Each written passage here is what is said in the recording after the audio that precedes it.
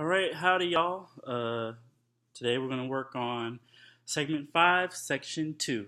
Uh, it's entitled Junyo and the Prisoners, and this is going to be part 1.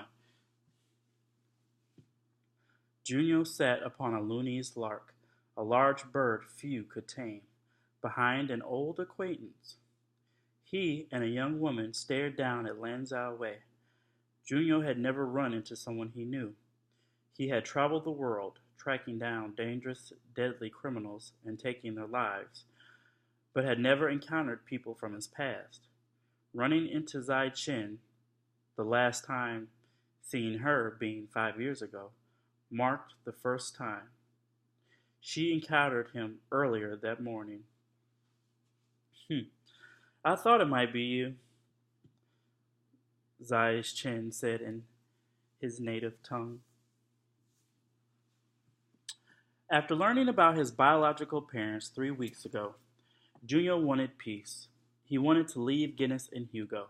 He wanted to track down Rie. He couldn't. He couldn't leave. He had to find Akura for explanations about their family and this journey. He decided his only option was to find time to spend by himself, which was difficult traveling with Hugo and Guinness, but every morning he separated himself from them and spent time alone.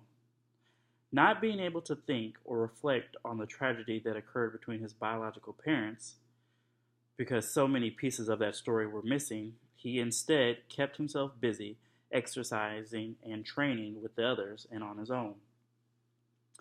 He spent a lot of his free time working with his father's old rifle.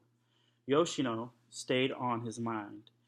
He wanted to know Yoshino's origins, a kind stranger who took him and his sister into her home, or a close friend of his mother or father who did one of them a great favor. He and his sister weren't left in the care of their other family members. There had to be reasons for this. If he had thought about it, he would have asked his aunts and uncles. They might not have known. Akura would. As the weeks passed, he didn't want to focus on death, tragedies, or his job. His time off was coming to an end. He pushed that thought into the back of his mind. There was no telling when he'd be able to get back to his superiors.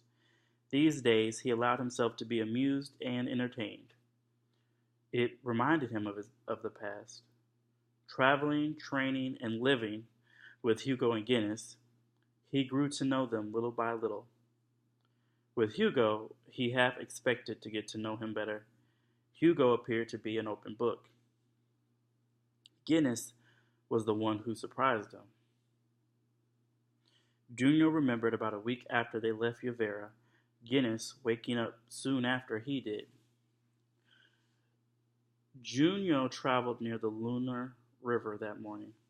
No matter how far apart they traveled from it, he liked to stick close to it. He sat by the water staring at his reflection when Guinness's reflection came up behind his. Guinness walked up beside him and nudged him with a beer before he handed it to him. Kind of warm, Junyo said without looking at him and holding his bottle up. Guinness chilled it in his own before he froze the caps from them both, lifted them off, and chucked them. About your folks, Guinness said. He sat beside him in only his boxers and placed his feet in the water. A silence settled between them for a few moments. They both took a drink. This was a gesture. I know it's early for beer, Guinness said, and I risk looking even more like an alcoholic, but I wanted to do something. I understand, Junyo said. I appreciate it.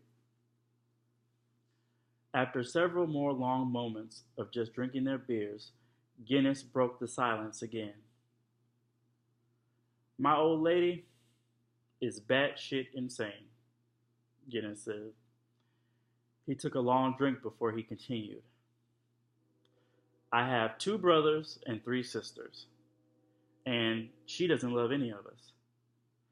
Shrinks would call it emotional abuse, I guess. My old man wanted a big family, so she gave it to him. She loved him, but hated us. She hates us.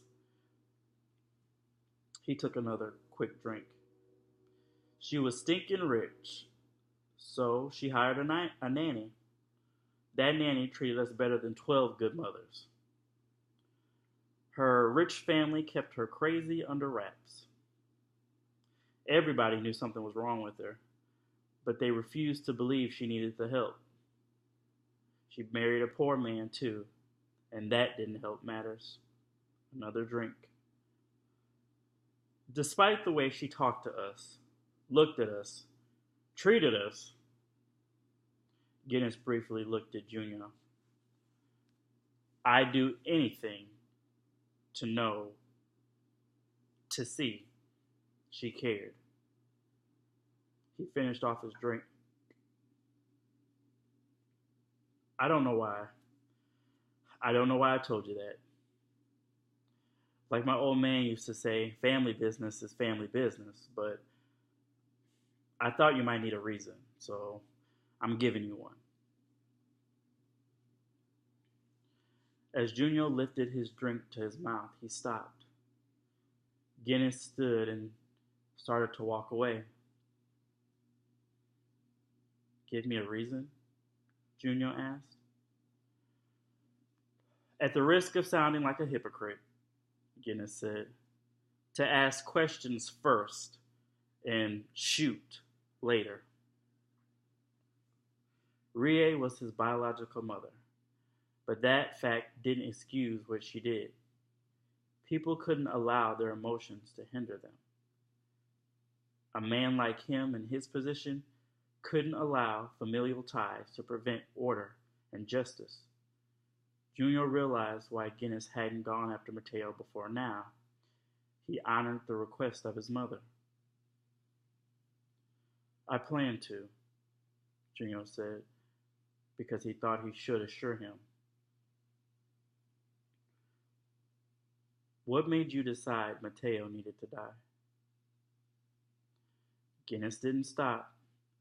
He continued to walk away from Junyo, but he answered his question.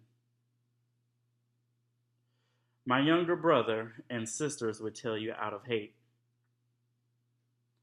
Junyo turned around and watched Guinness walk away. But what would you say? What would I say? Do you keep your word to the person who never really gave a damn about you? Guinness said. Or do you avenge the person who did? All right, guys, that was a short one, but hopefully you're still tuning in and you enjoyed that. We're delving into, the story, and actually we're drawing towards the end. So thank you for my listeners, and hopefully I'll see you tomorrow. That's the end of part 1. Tomorrow will be part 2. Adios.